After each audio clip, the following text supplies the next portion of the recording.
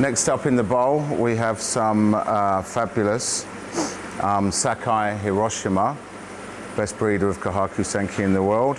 Kahaku Sanki and a few Showa. These are anywhere from 26 centimeters up to 36, 37.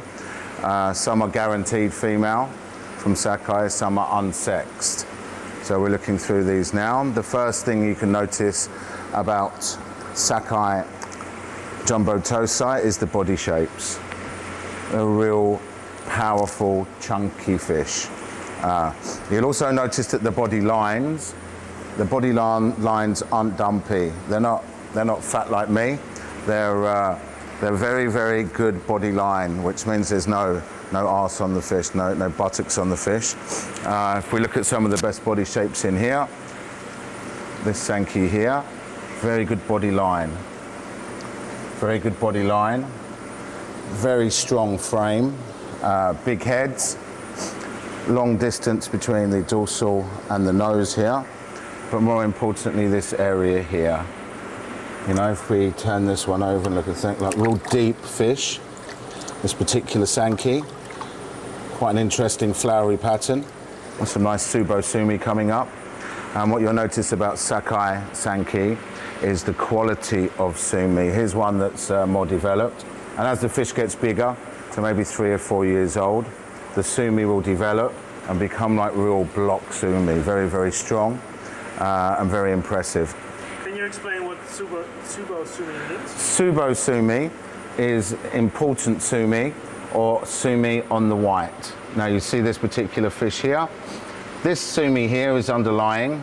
I fully believe this will block up and become very similar to like this Sumi. So you can see it under the skin here. This is very, very desirable. Sumi on the white is more desirable for the Japanese breeders than heavy Sumi on the red, on the he plate.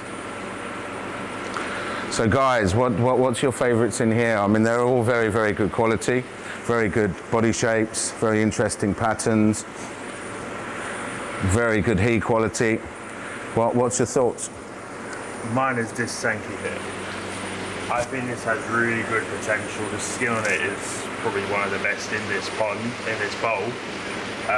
And for me, when looking for a Sanki, it should have a really good Kahaku pattern.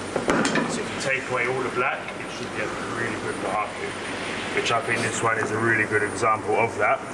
It's got a lot of potential of the Tschumi coming up, but you can see it's going to come up here. So you can see there's black underlining here, all along the fish, all around here. The he quality on this one's very, very good.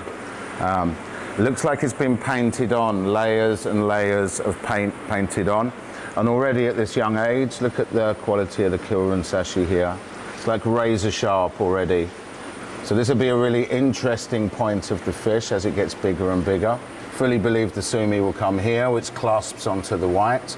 You've got quite interesting Kuchibeni. Kuchibeni is the lipstick there, and it's very balanced lipstick.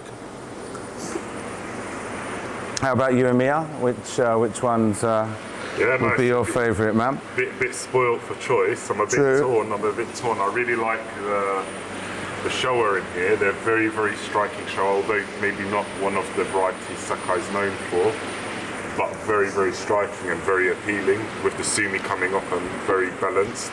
If I had to go for a Sanki,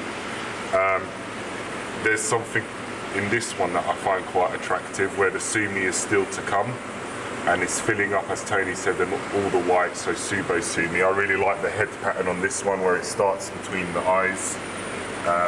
Really nice steppy pattern that leads your eye down the body, and a very nice body structure with a very nice taper.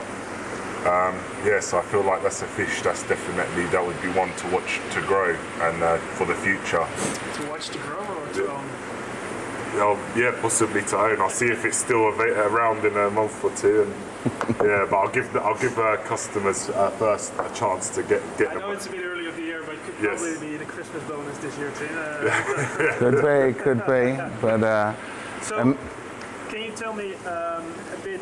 Can you tell to the people what's the difference between normal tosai and jumbo tosai? Because there are some misconceptions about that. Different breeders, different kettle of fish for all breeders, but Sakai were one of the first breeders to actually take their tosai, which are maybe this size, in September, and then grow them on in heated ponds.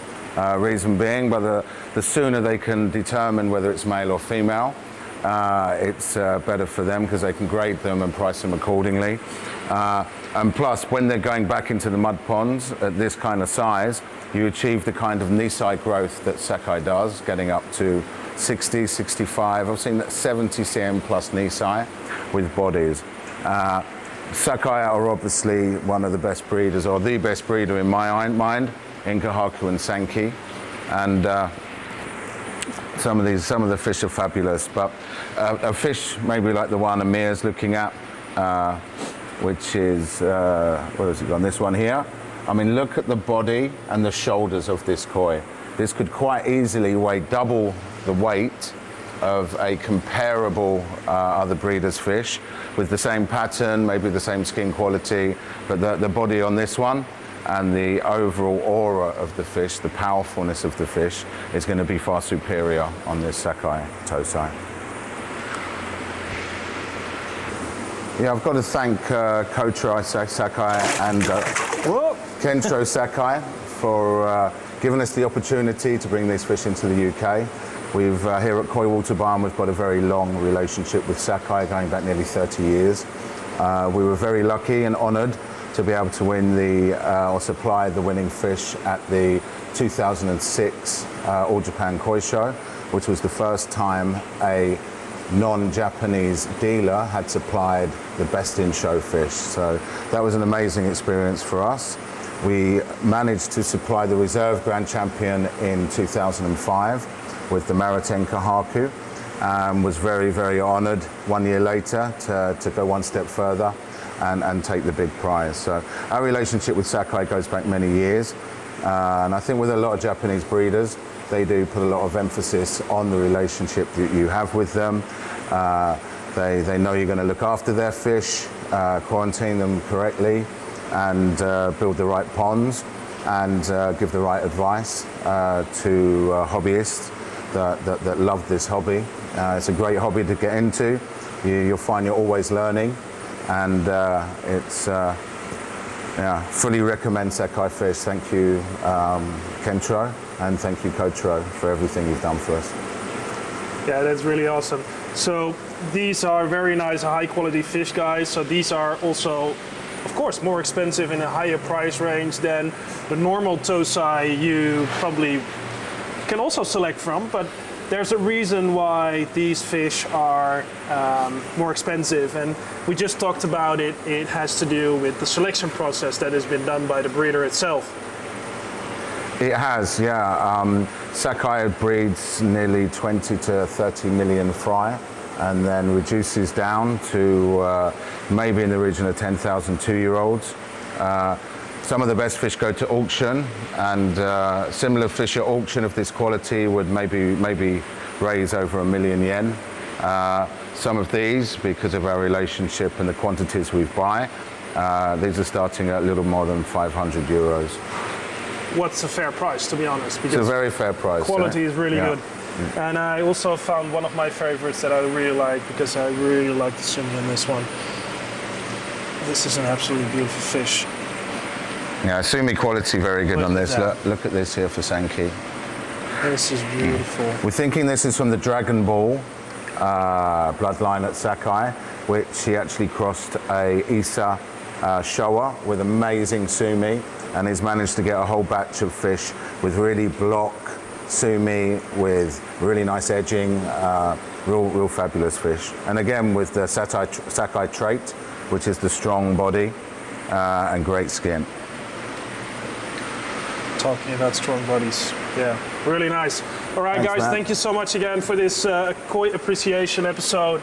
Let me know in the comments which one is your favorite of this bowl and what you would like to see in the other episodes as well. So we're gonna put these beauties back into their tank where they're staying, and we're gonna enjoy some of the fish So guys, thank you so much for watching.